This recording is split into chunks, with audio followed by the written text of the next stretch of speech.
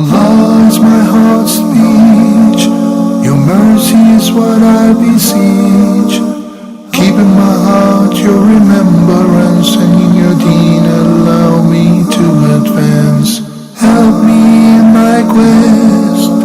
Permit me to pass the ultimate test. Help me in my quest. Permit me to pass the ultimate test. Bismillah, assalamu alaikum, peace be with you. Welcome to another episode of Ask Huda. I'm your host, Omar Dunlap, and we have with us our beloved Sheikh, Dr. Mohamed Salah. Welcome. Assalamu alaikum, jazakallahu khairan, and thank you. And I would like to remind our viewers of our telephone number, 002-0238-555-248 or 249, or you can email us your questions at ask@huda.tv. Sheikh, our first question here is from Sister Fatima from Egypt. She wants to know, is it okay for a woman to wear pants if she covers the thighs with a long garment? Bismillahir Rahmanir Rahim. Alhamdulillahi wa kafa wa salamun ala ibadihi alladhina istafa. لا سيما المصطفى صلى الله عليه وعلى آله وصحبه وسلم تسليما كثيرا. I praise Allah alone, and I send the best peace and blessings upon His most beloved Prophet Muhammad صلى الله عليه وسلم. وبعد, what's required for a woman as far as hijab is to wear what covers the entire body and does not show the zina. Any mean of adornment or beautification should be kept for home, to show before her husband. So if a woman is wearing a pair of pants outside, definitely that is revealing the zina. If she's wearing that as a mean of also modesty beneath the outer garment, which is covering her legs, there is no problem in this regard. But showing that before men, which we know that wearing those tight pants reveal, of course, the description and the details of the legs and the thighs and all of that, this is neither permissible for women nor for men, because we're required to cover the awrah. Wallahu a'lam. Okay, Jazakallah khair. We have on the line now Sister Ridwana from the Kingdom of Saudi Arabia. Go ahead, Sister, with your question, please. Hello. Yes, go ahead, Sister, with your question. Yeah, hello. Assalamu alaikum wa rahmatullahi wa barakatuhu. Wa alaykum assalam wa rahmatullahi wa barakatuh. Yeah, Dr. Sheikh, I have a question regarding the loan. Okay. Yeah, one of my family members would like to buy a car, and he has already taken the loan from the office. And from the office, they have said it is the Sharia compliant.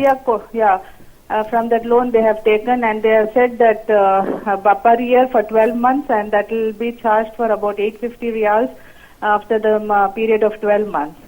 So my worry, actually, I have been reading Quran, I've been doing my Talimul Quran course, and very well aware of not taking this kind of a riba. So I'm quite been worried about this issue.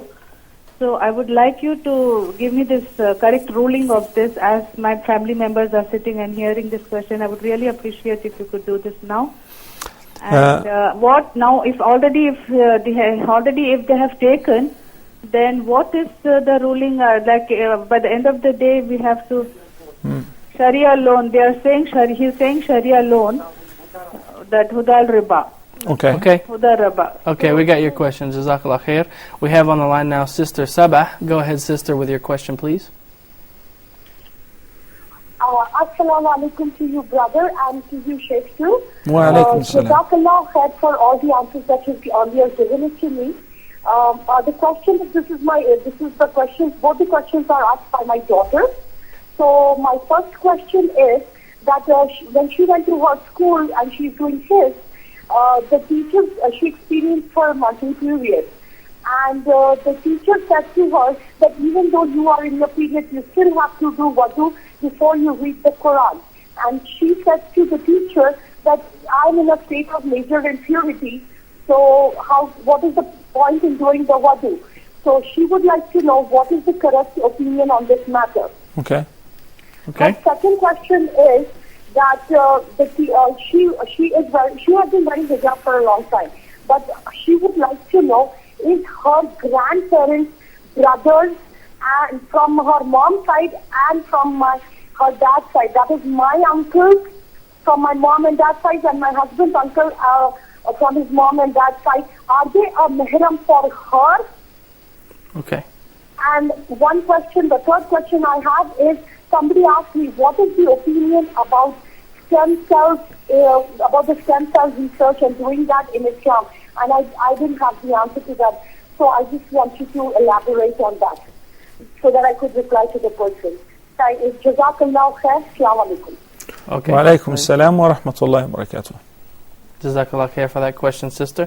We could go to Sister Ridwana's question from the Kingdom of Saudi Arabia. She said that her brother got a loan for a car, but the office he got it from said it is Sharia compliant. What does that mean? What's the ruling on that? Bismillahir Rahmanir Rahim. Of course, I cannot give an answer to that specific question because I'm not aware of the contract nor the contents of this contract. But we can always give a general answer and see whether it fits your situation or not. So the general ruling with regards to loans and debts is that كل قرض جر نفعا فهو ربا. A loan that is accompanied with an interest or a profit, that profit, whether it's a lot or a little, is considered as an interest or riba. So if you borrow 80,000 and you have to pay 85 or 90, more or less, as long as it's more than what you paid, then this increase or this extra is riba. Unless if there is a minimal fee for the paperwork and so on, or there is another contract such as partnership based on profit sharing and so on, that for instance the bank and you go into a partnership to buy the car. So the bank buys a share and you buy a share based on your investment in the car, then the value later on will be determined, and if you want to buy your share from the bank, you pay the current value. There is a process that the bank, in addition to some of the Sharia scholars, try to come up with a solution to that. But we need to remember one thing. The main task of a bank is to lend with an interest. I do not know of a bank that will just give you money as a loan for the sake of Allah and will not charge you an interest. That's why when you say, they say this is a Sharia compliant, this is perfectly fine what they say, but in fact what determines is the contract. So since we don't have it, and obviously you can look at it again and you can know the contents and you can consult a local sheikh, but the general answer, if there is a loan, and there is a condition that upon paying the loan, after a while you have to pay more than what you borrowed, then this form and shape is considered riba transaction. Wallahu a'lam. Okay, Jazakallah khair for that answer, Sheikh. We have on the line now Sister Nasra from the Kingdom of Saudi Arabia. Go ahead, sister, with your question. Assalamu alaikum. Wa alaikum assalam wa rahmatullahi wa barakatuh. What is recommended to be read in the 3 segments of the funeral prayer? Okay. Okay, that's it. Okay. Okay, Jazakallah khair for that question. We have on the line now Sister Aisha from Nigeria. Go ahead, sister, with your question, please. Okay, I think we lost Sister Aisha there. We could go back to Sister Saba's first question. She said that she sends one of her children to school, or one of her daughters to school to one of the parts of that school is reading Quran, one of the things they do there.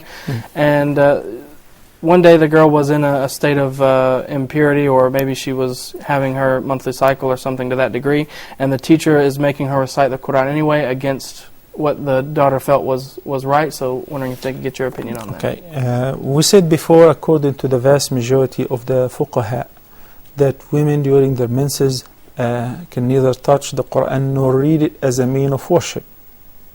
Yet, exempt from that is a woman who is either studying the Quran or teaching the Quran. Quranic teacher who goes to school every day and she experiences her monthly period. Then she does not touch the Quran with bare hands. Because it's not only for her, for every junub, everyone who's encountering a major impurity, whether it's a male or a female. But for a female, it's not up to her to seize it. Whether for a male, it's simply he can just, after having an intercourse or having a dream, or he can just take a shower with the intention of ghusl to remove the major impurity. For a woman, she has to wait until the period is over and take the ghusl to remove or lift the major impurity. But for a student who is studying the Quran on a regular basis, or for a teacher, or a woman who has memorized the Quran and she has to revise out of fear of forgetfulness, it is permissible. But that would not allow her to touch the Quran with bare hands. She can wear gloves, for instance, or flip the pages with an eraser of a pencil or something that her hands would not touch the Quran directly. This is something that is, there is almost a general consensus, or at least the vast majority of the scholars agree to that. So now the teacher requires, I just wanted the sister and the daughter feel that it is okay to study the Quran and recite it because you have an excuse that you are studying the Quran, even during the period. With regards to you must perform wudu, now of course you don't have to, but if you do, that's perfectly fine. And Nabi sallallahu alaihi wasallam, after having an intimate relationship with one of his spouse, would go to sleep, but before that he would perform wudu. So having wudu is recommended even though it does not lift the major impurity, because the major impurity is still there. It requires ghusl, and that has to be done after the period is ceased or the bleeding stops. But having wudu would not simply allow her to touch the Quran because she's still in a major impurity. Having wudu would not change the fact that she's still in the hayd, and all the restrictions apply there. I can say it is recommended. Yes, it is recommended, but it is not a must. Okay. Jazakallah khair for that answer, Sheikh. We have on the line now Brother Makbul from the United Arab Emirates. Go ahead, brother, with your question, please. Assalamu alaikum wa rahmatullahi wa barakatuh, Sheikh Salah. Wa alaikum salam wa rahmatullahi wa barakatuh. How are you, sir? Great, alhamdulillah, thank you for asking. Yes, sir. So my question is regarding the prayer for women. And during Sallallahu Alaihi Wasallam period, women used to come for the masjid, they stand on the second row, they used to pray. But nowadays the masjid is very close by to the women also. They are telling that for us it is better to pray at home. So even though if I say the hadith, they are not accepting, they are referring so many books. They said for women staying even further also, if they pray at home, that will be better for them. Can you please clarify this? Okay. Okay. Shukran, Maqbool. Jazakallah khair for that question. We also have a question here from Sister Sabah. She wants to know if uncles are mahram or non-mahram. Of course, uncles are definitely mahrams, and they are permanent mahrams. Okay, Jazakallah khair. She also wants to know about stem cell research. What are your thoughts on that? That requires really an independent episode to discuss it from a scientific point of view, in addition to whether it's Sharia compliant or not. So I prefer issues like that, such as contemporary scientific fiqh issues, to be discussed in the presence of a specialist. It's very, very important to explain to the viewers, if we're talking about organ transplant, if we're talking about blood transfusion, if we're talking about clinical death versus the actual death, or a person is considered or claimed death if the heart stops beating, or if the brain has some damage or total damage. It makes it a lot easier for the person, the viewers, to understand if it is explained from a scientific point of view, and then we see the Sharia ruling on that. So hopefully, inshallah, we can arrange for that with Dr. Ahmed Husni. We can host a specialist and discuss it from both views. Okay, Jazakallah khair for that answer. We have on the line now Sister Aisha from Nigeria. Go ahead, sister, with your question, please. Assalamu alaikum, sir. Wa alaikum salam wa rahmatullahi wa barakatuh. My question is that it is said that Islam does not allow forced marriage, and also that a father has the right to choose a husband for his daughter. So how can I reconcile the two issues? Okay. And secondly, no, wait a minute, Aisha. I did not get the first question. Would you please repeat it? okay, the first question is that it is said that a father has the right to choose a wife for his daughter. And to choose a husband for his daughter. A husband. Yeah. Okay. Okay. Yeah, and it is also that Islam doesn't allow forced marriage, to force a daughter into get married. Okay. So how can I reconcile the two? Okay, and secondly, I want to publish a book for dua, because I want to compile a dua book for children, and so I want to put some human and animal cartoons for illustrations. That was answered in the last episode. Appealing. Aisha, Okay. this question was answered in the last episode. Okay, thank you. Okay, Thank you. as far as this part that a father, does the father have the right to choose for his daughter? This is one of the topmost part of the guardianship, is to assist the daughter or the girl under your guardianship by choosing for her, but not forcing her to marry your choice or the man whom you choose for her. And we also have a pending question in this regard. So Islam does not allow any guardian or any man or any family to force a girl to marry against her will. As a matter of fact, one of the most important pillars or arkan of marriage is qabul. And the first is ijab. When the groom proposes, if she accepts in addition to the agreement or the consensus of the guardian, then marriage is valid and the contract is effective. Obviously, there are other conditions such as the witnesses, the dowry. I'm talking about the most important components. So, if she does not agree, marriage is invalid. And there is a hadith, even though this hadith is not really a very sound hadith, which talks about a woman who came to the Prophet ﷺ and said, "O Messenger of Allah, my father gave me in marriage to his nephew in order to gain worldly gain or and that was against my will." So Nabi ﷺ said, "No, the matter is totally up to you. So if you want to void this marriage, it is your right, as if it did not even happen." She said, "Well, I approve it." He said, "So what was the case then?" She said, "I just wanted every woman to know that and every father to know that it is not for the fathers or the guardians to force the girls who are under their guardianship to marry against their will." And this is a fiqh rule which we all know and fully aware of it.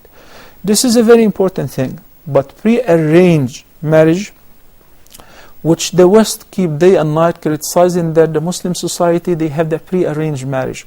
And as a matter of fact, if you just browse the web, you will find that in the heart of America, in the heart of Europe, there are organizations, churches, and websites and businesses for pre-arranged marriage, where basically they call it matching or soul matching. What do? Is you get the data of that person and that person, and try to match them together and propose. This proposal is halal, isn't it? But it has some rules and guidelines in Islam that you cannot just date and go out and you live together for a year or two to study each other. Then when you decide that you have a good match, you proceed on and you get married. No. This party proposes one person and the other party proposes the other person. They meet in the presence of the family members for the girl, the guardian.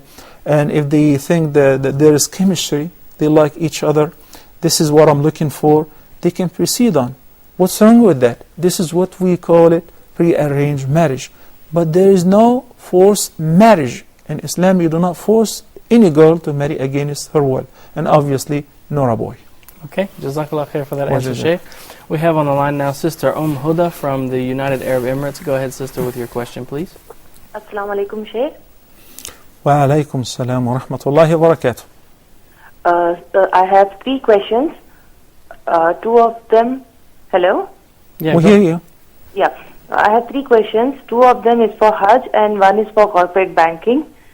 My first question is, if I'm willing to send somebody to do Hajj on behalf of my father, who is not alive, should this person have done his own Hajj before? Absolutely. Yeah? Yeah, absolutely. He should have done his own Hajj before performing Hajj? Yes. Yeah.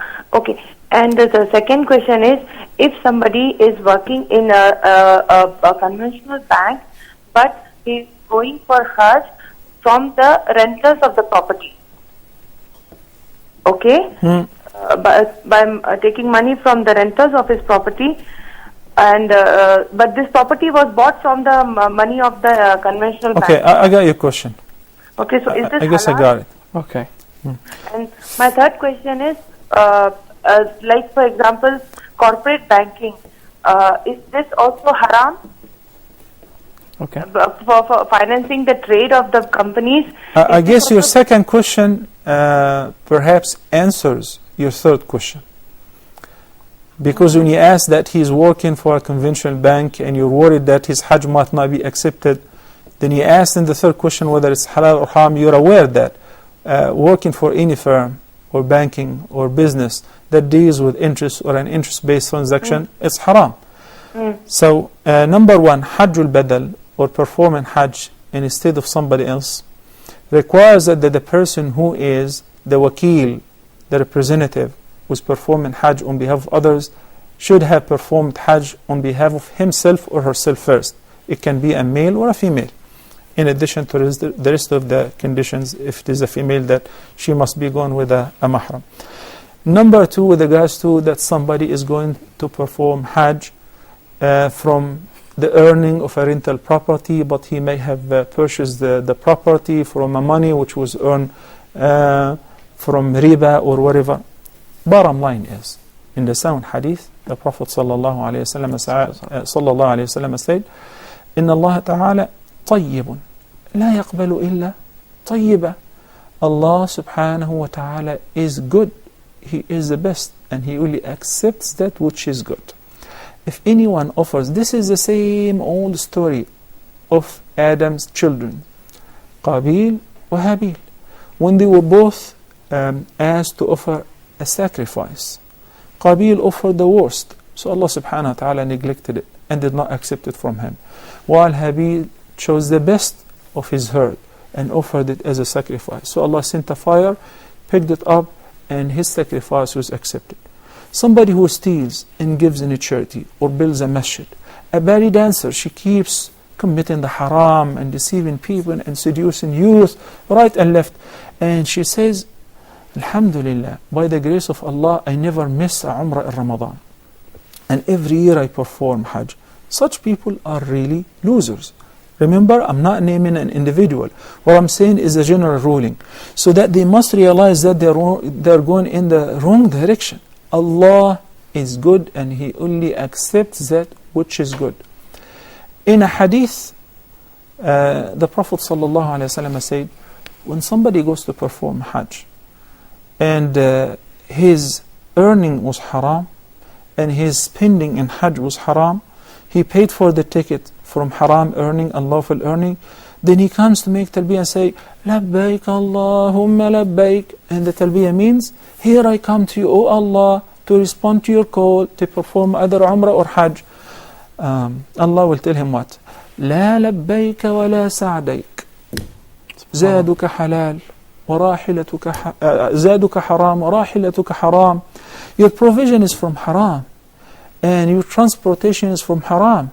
How do you expect that your Hajj to be accepted? I'm not trying to make any person despair or lose hope, but this is a fact. It's a fact. If you know that, if you know somebody invites me for a drink and for food, and I know that he's working somewhere where his earning is absolutely haram. You know what he told me?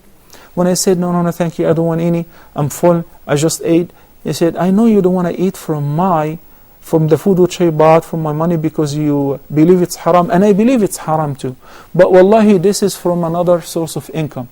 I'm renting a car or something, and this is from halal. So everybody, or most of the time, those who are working in haram, they perfectly know that they're working in haram. And that's why I'm not going to answer your third question, because you already answered it by asking the second question. Those who are going for Hajj, if you already purchased the ticket, and this is all the money you got, go ahead and go for Hajj. But do me a favor, and also do yourself the biggest and the best favor in your life, which is make this Hajj a turning point in your life.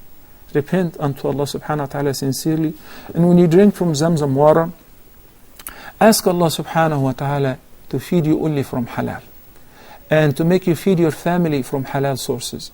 And on the day of Arafah, repent and ask Allah subhanahu wa ta'ala to wipe away all your past sins, and make a strong covenant with Allah subhanahu wa ta'ala that even if you end up eating dirt, you're not going to work in this field anymore. Whether it's a conventional bank or you name it. Imam Abu Hanifa, may Allah have mercy on him, and you all know that my major was Hanafi. So I know a lot about this great Imam. I was in the market because he was a big merchant, not just an Imam. He used to sell silk, and he saw somebody stealing from a basket. A woman was carrying a basket with fruits to sell it in the market, so he grabbed hold of one of the fruits and he stole it. So he followed him and he said, "Why did you do that?" He said, "What?" He said, "You just stole. This is stealing." He said, "But you don't know what I'm doing with it." The thief was arguing with Imam Abu Hanifa. He said, "What are you going to do with it?" He said, "I stole it in order to give it away in a charity. Allah subhanahu wa ta'ala gives 10 times more reward for those who give one thing in a charity. So when I give it in a charity, Allah will give me 10 good deeds, and He will deduct one for that sin which I committed, which is stealing." He said, "You're such a foolish person. And how do you know that Allah will accept that deed from the beginning? What made you think that it is considered accepted? It is not accepted from the beginning because it is from haram." May Allah protect us against feeding ourselves or family members from haram. SubhanAllah.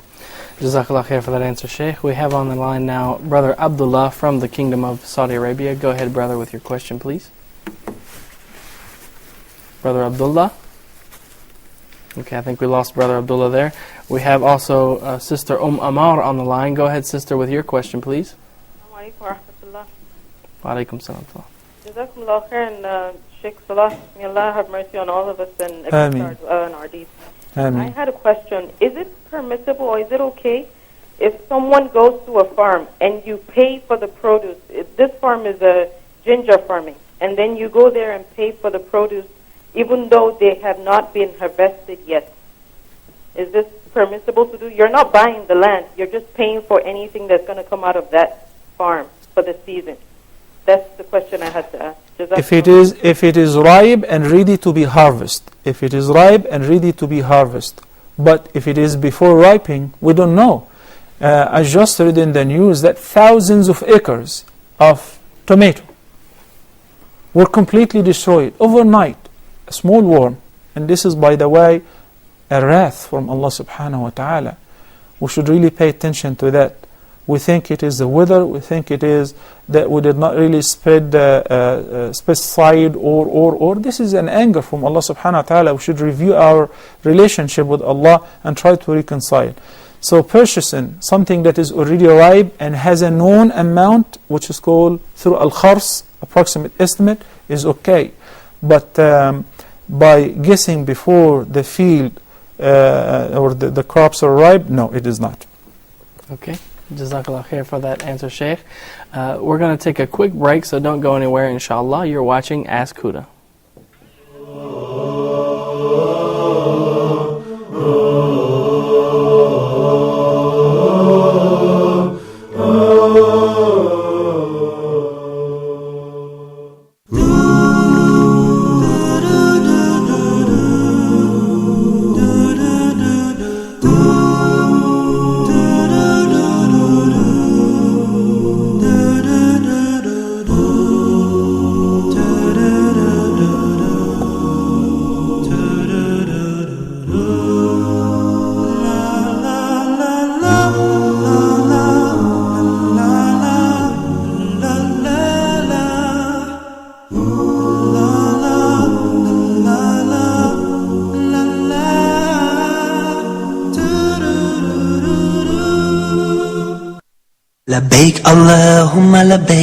Hajj in the Quran. Hajj is the fifth pillar of Islam and one of the most important acts of worship for Muslims. The journey of Hajj is a clear practice to the believers so that they come back from the journey of Hajj with the pillar of Islam being perfected. Almost every place on the face of earth, every corner of the world, you would have a representative of that place coming to Hajj. From the east and the west and from north and south, every single race you would find in the journey of Hajj. nothing would be pleasing to Allah subhanahu wa ta'ala unless we follow the way of Rasulullah sallallahu alayhi wasallam in every major and minor from all corner of the world. And this is the sign that everybody's coming for the same cause, for the same purpose. They are united, going to Hajj for the sake of Allah subhanahu wa ta'ala alone. Allah subhanahu wa ta'ala made the first place of worship, the house of Allah subhanahu wa ta'ala in Mecca, blessed and guidance to all mankind and all that exists. Complete the Hajj and the Umrah. Lillah, meaning for the sake of Allah subhanahu wa ta'ala alone. Join Sheikh Ibrahim Zidan as he examines the meaning, wisdom, and essence of Hajj by examining its relevance in the Quran.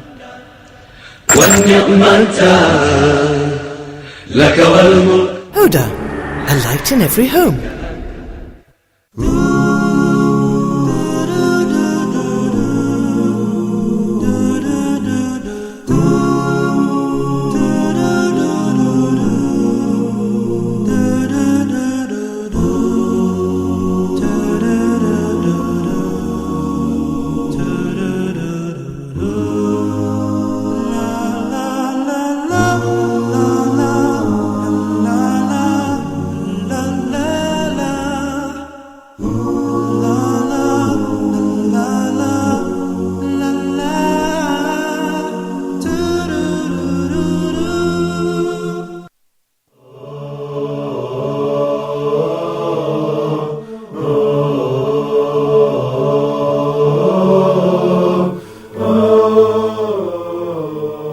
Bismillah, Assalamu alaikum, peace be with you. Welcome back to today's episode of Ask Huda. I would like to remind our viewers of our telephone number 002-02-348-555-248 or 249, or you can email us at ask@huda.tv. We have on the line now Sister Ahmadi from Qatar. Go ahead, Sister, with your question, please. Assalamu alaikum, brother. Wa alaikum assalam wa rahmatullahi wa barakatuh. I want to ask a question. I want to ask for dua for my sister's son. Okay. This is regarding my sister's son. He is now 34 years old, and he got engaged 2 times and broken. And my request is to tell any dua to get him suitable spouse. Okay. Okay, thank you. Okay. We have a pending question from Sister Zainab from Nigeria. She said that she watched a BBC documentary about Islam, and she found that it was biased against Islam and Muslims and made her feel somewhat depressed, and she wants to know, how should we feel about raising our children, or what should we do about raising children in a world that seems to be corrupt and this sort of thing. Before I answer this question, I would like to quote a couple of ahadith to support my answer of the last question before the break. Anas ibn Malik, may Allah be pleased with him, narrated that the Prophet sallallahu alaihi wasallam نهى النبي صلى الله عليه وسلم عن بيع العنب حتى يسود وعن بيع الحب حتى يشتد. And in another hadith which is collected by both al-Bukhari and Muslim, Anas also radiyallahu ta'ala anhu ardah narrated that the Prophet sallallahu alaihi wasallam said in an explanation as why should it be prohibited to sell the crops before they appear and they're ripe. He said, أرأيت إذا منع الله الثمرة بما يأخذ أحدكم مال أخيه. What do you think if that you planted a field and you expect that much crops to come out of this field, and it wouldn't come? Allah subhanahu wa ta'ala destroyed the field. So on what basis will you justify that the money you've taken from that person? You stole them something that does not exist. Islam prohibits what's known as al-gharar. نهى النبي صلى الله عليه وسلم عن بيع الغرر.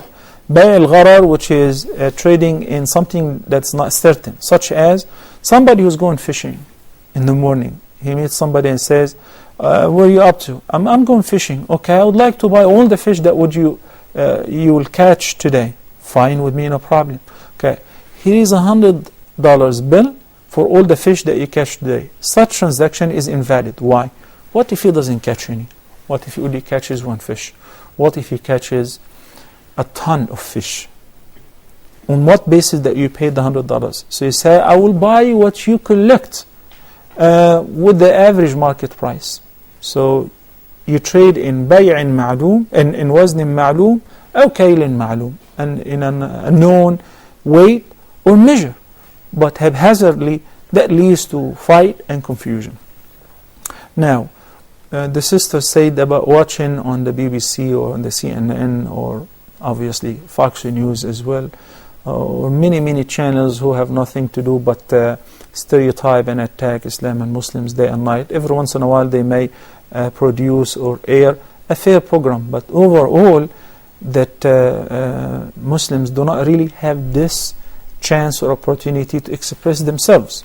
There are very outspoken Muslim scholars, Muslim scientists, whether in NASA or in every field, by the grace of Allah. The most successful physicians, heart transplant physicians, are Muslims. As far as I know, at least in America, many of my colleagues whom were working with very successful professionals. We don't have this opportunity and that chance to inform people at large about Islam. We have very limited access, and that's why whenever any of the local channels or international channels or national TV wanted to interview us, will be very careful. For instance, I used to require that whatever I say in the interview has to be aired as it, without editing, and I make sure that I would record mine, because they will cut and paste, take things out of context, because they are not dedicated to serve Islam. They are not about giving da'wah to people and telling them this is Islam and this is the beauty of Islam. The solution is in counter-attacking that by having our own media, right?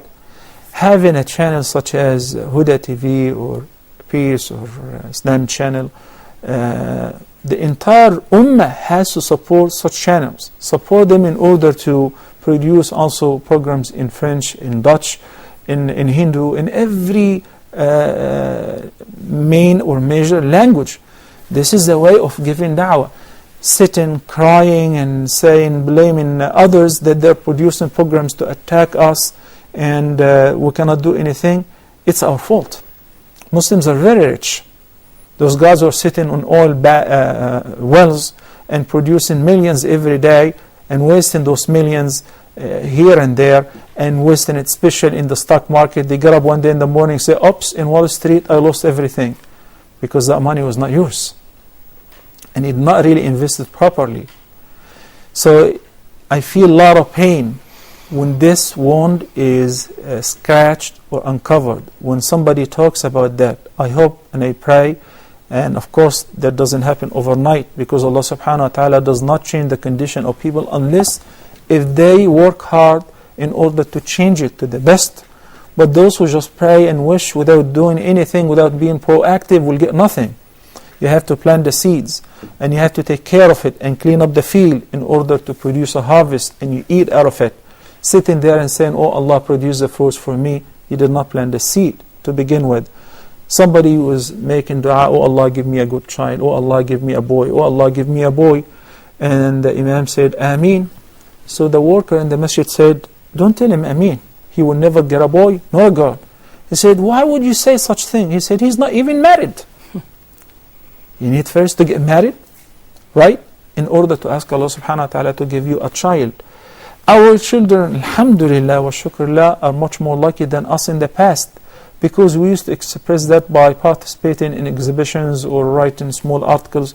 Nowadays the internet is an excellent field to give da'wah, and is a wonderful field to create your own blog and to interact with others and to express yourselves.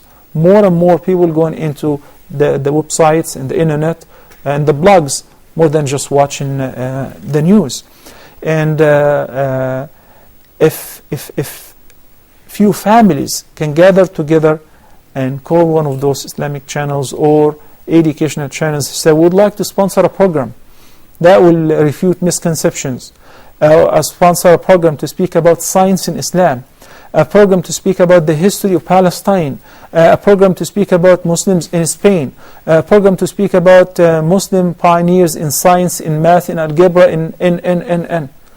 These are many proactive solutions that you can do. Well, if you don't have the fund, nor can you participate with others to produce something like that, you can just make dua. Wallahu alam. Okay, Jazakallah khair for that answer, Sheikh.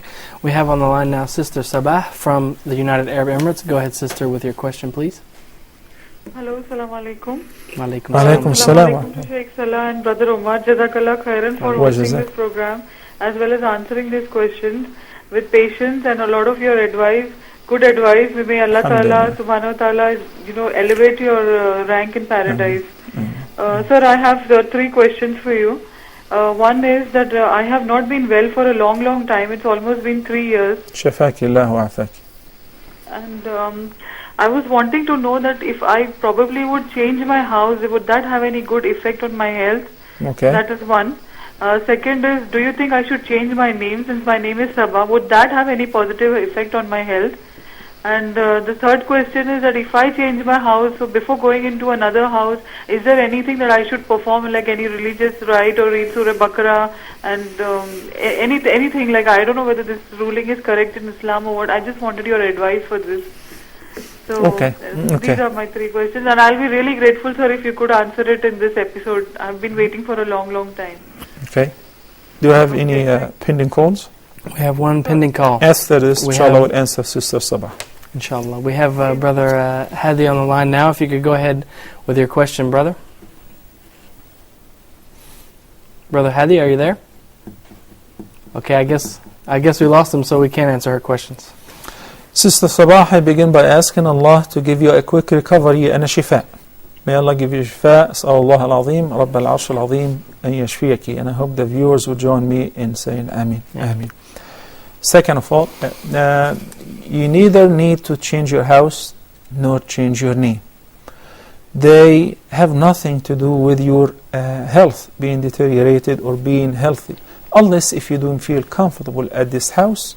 In this case, you're most welcome to change it. But Nabi sallallahu alaihi wasallam said, "La adwa wa la tiyara." We're not pessimistic. We do not believe in bad omens. Only if you don't feel like it, staying in such place, you don't feel happy, you feel it might have something to do with your disturbance of peace, or you don't have a peace of mind in that place, you're most welcome to change it.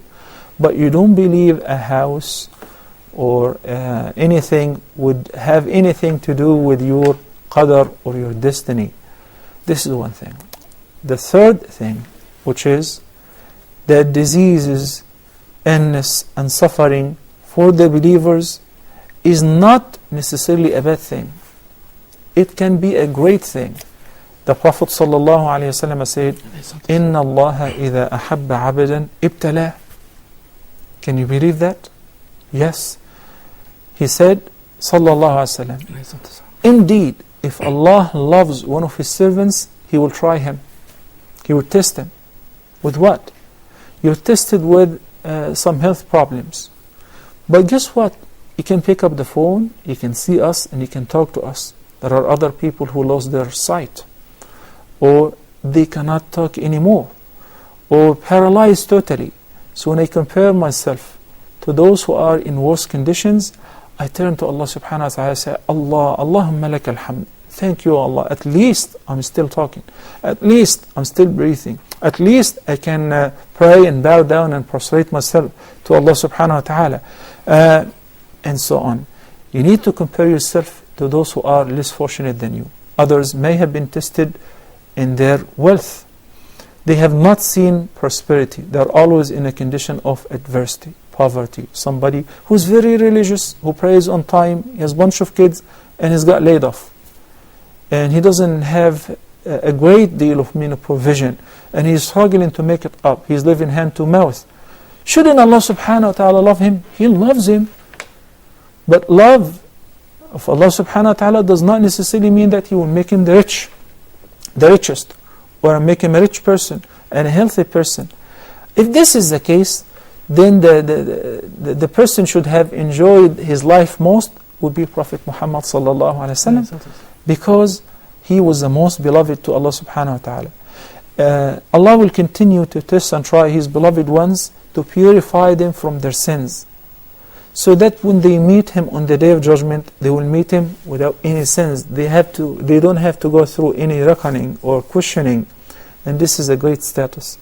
Last but not the least, the Prophet ﷺ said in one hadith, in a sound hadith, ما يصيب المؤمن أو المسلم من هم ولا نصب ولا حزن حتى الشوكة يشاكها إلا كتب له بها أجرا وإلا كفر الله له بها من خطاياه. You know, when we know this hadith, when I was in my worst conditions, of health conditions, once I remember this hadith, I just smile. I just feel very, very happy. And whenever, I'm not saying that I'm that good person, but sometimes Allah subhanahu wa ta'ala helps people to reflect on either the verses of Allah or the statements of Prophet Muhammad sallallahu alaihi wasallam. And this is the purpose of the revelation: to learn, to ponder, to reflect, and to comply, to act upon it. He said sallallahu alaihi wasallam, there is nothing that touches a believer of any afflictions of any sort, of poverty, adversity, health problems, or death of beloved ones, even if it is as little as a small thorn that can penetrate your skin or hurt you. For being patient for that, Allah subhanahu wa ta'ala raises your ranks and pardons some of your sins until you meet Him subhanahu wa ta'ala with no sins at all. So I guess the combination of all what I said can make you feel comfortable. Meanwhile, the Prophet sallallahu alaihi wasallam said that Allah did not create any disease, because diseases are also created by Allah to test His servants, or also as means of punishment. But He created for it the proper treatment. So تداووا عباد الله, seek remedy. فما جعل الله من داء إلا وجعل له دواء. And furthermore, الرقية frequently. And you just said recite certain surahs. Yes, recite Surah Al-Baqarah if you can on daily basis. These are all means of asking Allah for a quick recovery. Jazakallah khair for that answer, Sheikh. We have on the line now Brother Saleh from Switzerland. Go ahead, brother, with your question, please. Assalamu alaikum wa rahmatullahi wa barakatuh. Wa alaikum assalam wa rahmatullahi wa barakatuh. My question is, my country of origin, our president there, he used to have free Hajj package to the poor, an amount of 200 yearly. So, but he do the same to the opposite, that is the Christian. So this is what I want to know, if that is okay or not. And the other question is about saying Assalamu alaikum to non-Muslims, because at my place of work we are 3 Muslims there and the rest is non-Muslims. So the two, they said that yes, you can say Assalamu alaikum. You don't just have to say Assalamu alaikum wa rahmatullahi wa barakatuh, but Assalamu alaikum to a non-Muslim is allowed. So me, what I know is not allowed. So can you please clarify this for me, if possible, because tomorrow I'm going to work, so I have to tell them an answer, please. Okay. Your first question, brother, what could you reword your first question for me? The first question is, let's say, in my country of origin, our president, the head of state, he paid for the poor an amount of 200 or more people to go for the Hajj, free of charge. And he do the opposite to the Christians also. He pay for the Christians, I don't know, to go to Rome, something like that. So I want to know whether that is something halal for the side of the Christians. Okay. Thank you. Okay, I got it. Jazakallah khair. Would you like to go ahead and address that Sure. question? The second question first, which is greeting a non-Muslim. You can greet a non-Muslim by saying hi, good morning, what's up, how are you, how you doing? All of that is okay. But the greeting of Assalamu alaikum wa rahmatullahi wa barakatuh is the greeting of Ahlul Jannah, is the greeting of Islam, and that is very special for Muslims. Well, if some non-Muslim greeted with Assalamu alaikum, I would just say wa alaikum assalam as well. Okay, there's no problem with that. He said Assalamu alaikum wa rahmatullah. I may say wa alaikum, or I may say wa alaikum assalam wa rahmatullah. وَإِذَا حُيِّيتُم بِتَحِيَّةٍ فَحَيُّوا بِأَحْسَنَ مِنْهَا أَوْ رُدُّوهَا. If you've been greeted by a greeting, then reply with one which is best, or at least reply with a similar one.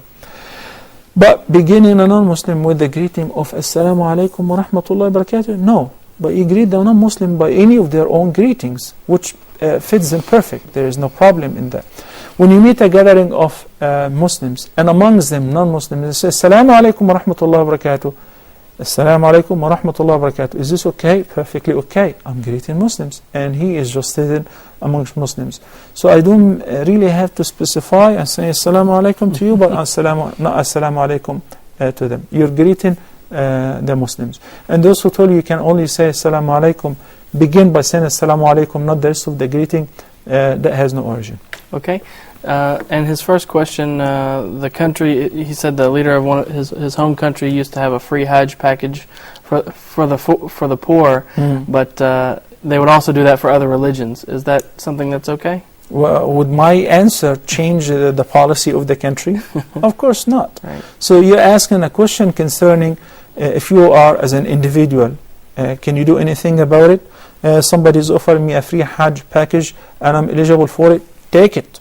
And if they have one for me, please give me a call. Okay. Jazakallah khair for your answers, and thank you for being with us today. You're welcome. Unfortunately, that's all the time we have for today's Ask Huda, but I would like to remind our viewers of our email address so that you can send us your questions, which is ask@huda.tv.